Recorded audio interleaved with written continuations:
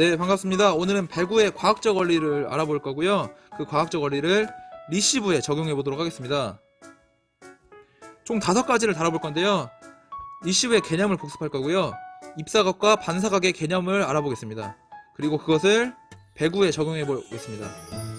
그리고 충격량과 작용 반작용의 개념을 알아볼 거고요. 그것을 배구에 적용해 보도록 하겠습니다.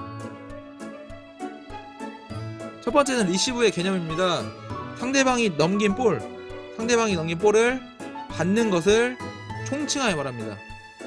상대방이 넘긴 볼은 서브가 있을 수가 있고요, 스파이크가 있을 수가 있고, 그냥 약하게 넘긴 공이 있을 수가 있죠. 이런 모든 것을 통틀어서 받는 것을 리시브라고 합니다.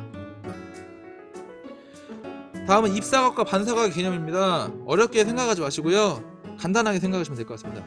여기 오른쪽 그림을 보겠습니다. 먼저 입사광선, 빛이라고 하죠. 입사광선, 빛이 있고요. 그리고 반사광선, 반사되는 빛이 있습니다. 이렇게 입사되는 빛이 들어올 때 법선과 이루는 각도, 이것을 입사각이라고 합니다. 그럼 반대로 입사광선이 여기 있는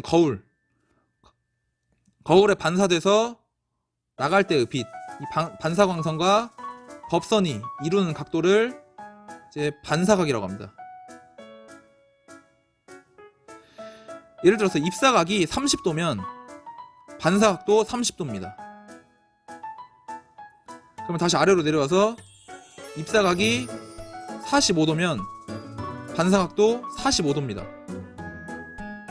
다시 입사각이 60도면 반사각도 60도입니다. 결론은 입사각과 반사각이 같다라는 것만 여러분들이 이해를 하시고 넘어가면 될 것 같습니다. 넘어가겠습니다. 실제 배구에 적용해 보겠습니다. 여기 사진을 보시면 가운데 사진부터 보면 팔이 좀 높은 위치죠. 팔이 좀 높은 위치고, 첫 번째 사진을 보면 팔이 중간 위치입니다. 그리고 마지막 세 번째 사진을 보면 팔이 좀 낮은 위치입니다. 이렇게 팔의 위치와 공이 날아오는 궤적에 따라서 공을 보낼 방향을 조절할 수가 있습니다.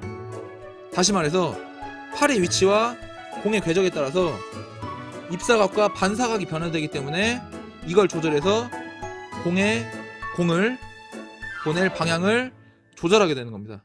그러니까 공이 어떻게 날아오느냐에 따라서 팔을 조절해서 내가 보내고 싶은 위치로 보낸다면 된다는 거죠. 그래서 여러분들이 이 그림을 잘 이해를 하시면 될 것 같습니다. 넘어가겠습니다. 다음은 충격량과 작용 반작용입니다. 일단 조금 어려울 수 있는 내용인데요, 여러분들도 최대한 쉽게 내용을 이해하시면 될 것 같고요. 저도 최대한 쉽게 설명을 해보도록 하겠습니다. 먼저 충격량은 충격력 곱하기 시간입니다.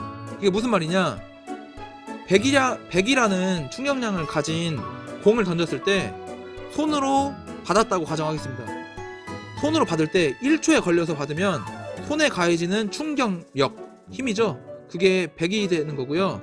똑같이 100이라는 충격량을 가진 공을 던졌을 때 손을 뒤로 빼면서 받게 되면은 2초가 걸린다고 했을 때, 그렇게 되면 손에 가해지는 충격력은 50이 되는 겁니다.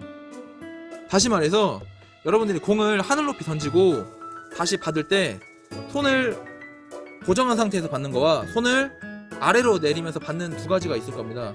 그런 경우에 손을 아래로 내리면서 받게 되면은 좀 더 손이 아프지 않는다는 거죠. 그렇게 이해하시면 될 것 같습니다. 오른쪽 그림을 보시면 여기 공을 던지는 핸드볼 선수가 있습니다. 공을 벽으로 던졌을 때 강하게 던지면 벽에 튕겨져 나올 때도 강하게 튕겨져 나오겠죠. 반대로 공을 약하게 던지면 벽에서 튕겨져 나오는 공도 약하게 튕겨져 나오겠죠. 그게 바로 반작용력이라고 하는 겁니다. 자, 그러면 다시 커튼에 적용해 보겠습니다. 100이라는 충격량을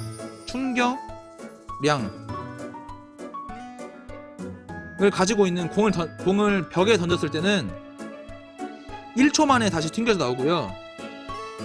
똑같이 100이라는 충격량을 가진 공을 커튼에 던졌을 때는 2초 만에 튕겨져 나온다고 합시다. 그럼 튕겨져 나올 때 벽 같은 경우는 100의 힘으로 튕겨져 나올 거고요. 커튼 같은 경우는 50의 힘으로 튕겨져 나오게 됩니다. 여러분들이 여기까지만 이해하시면 될 것 같습니다. 다음으로 넘어가겠습니다. 실제 배구에 한번 적용해 보겠습니다. 오른쪽 그림을 보시면 여기 있는 3개 사진 모두 공을 받을 때 몸을 뒤로 기울이면서 받는다는 것을 여러분들이 알 수가 있습니다. 이것이 무엇이냐? 강한 스파이크 공격이 올 때 몸을 뒤로 기울이면서 받을 때 결국 좀 더 안정적으로 받을 수 있다는 거죠. 다시 말해서 몸을 뒤로 기울이면서 받게 되면은 충격력이 줄어들어서 그에 대한 반작용력이 줄어들게 됩니다. 그렇게 되면은 그냥 받았을 때보다 공이 많이 튀어나가겠어요? 적게 튀어나가겠어요? 바로 적게 튀어나간다는 겁니다. 여러분들이 여기까지 이해를 하시면 될 것 같습니다.